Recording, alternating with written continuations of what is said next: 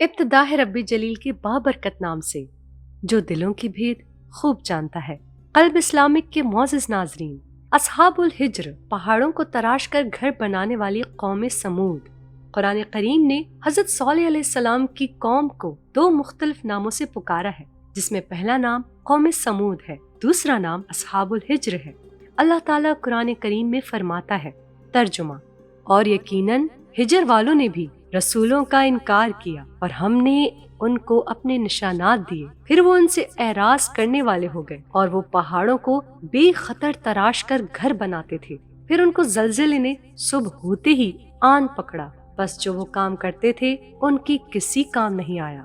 سنت ازدی کے ماتحت اللہ تعالیٰ نے بہت سے انبیاء کو رشد و ہدایت کی ذمہ داری دے کر ان کی اقوام کی طرف مابعوث کیا۔ ان میں سے ایک حضرت صالح علیہ السلام بھی تھے، جو تقریباً 2000 سال قبل مسیح قوم سمود کی طرف بھیج دیے گئے تھے۔ قرآن کریم نے قوم سمود کو اصحاب الحجر کے نام سے بھی موسوم کیا ہے۔ حضرت صالح علیہ السلام کی قوم عرب کے شمال مغربی حصے میں آباد تھی، جسے موجودہ وقت میں بھی مدائن صالح کے نام سے ہی یاد کیا جاتا ہے۔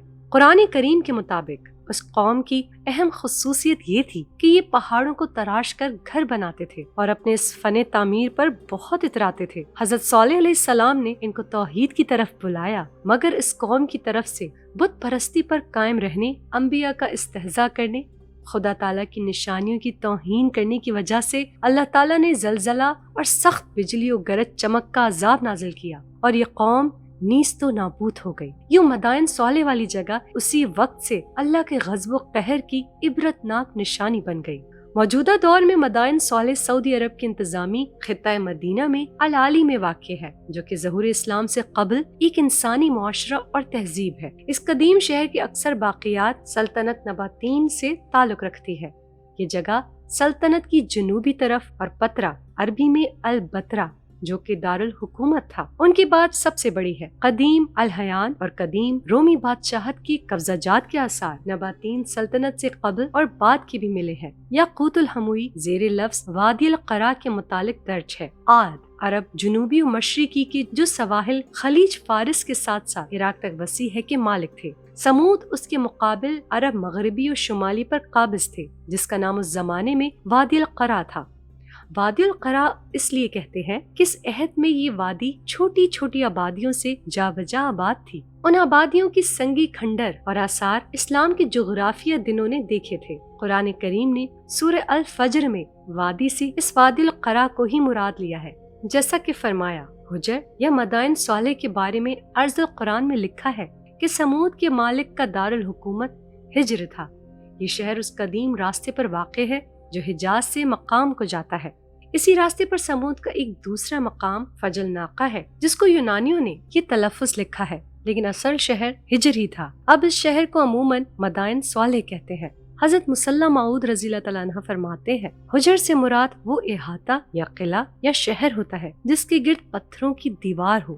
اصحاب الحجر سے مراد سمود و قوم صالح کا شہر ہے۔ اسے ہجر اسی لیے کہتے ہیں کہ مضبوط فصیلوں کا شہر تھا، اور جیسا کہ اگلی آیات سے ظاہر ہے، پتھروں سے اس کی تعمیر میں بہت کام لیا گیا۔ تفسیر کبیر جلد 4 صفحہ 103۔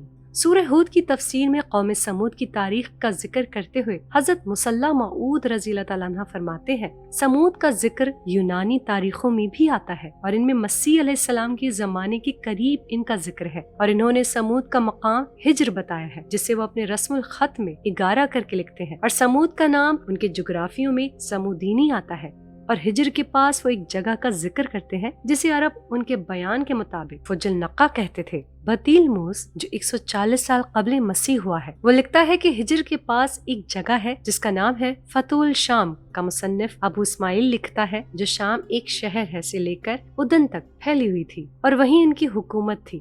شاید کہ وہ اس وقت جنوب سے شمال کی طرف ہجرت کر رہے تھے، یعنی حمیر اور سبا کی طاقت کے زمانے میں جب ان کو ہجرت کرنی پڑی تو اس وقت ایسا ہوا۔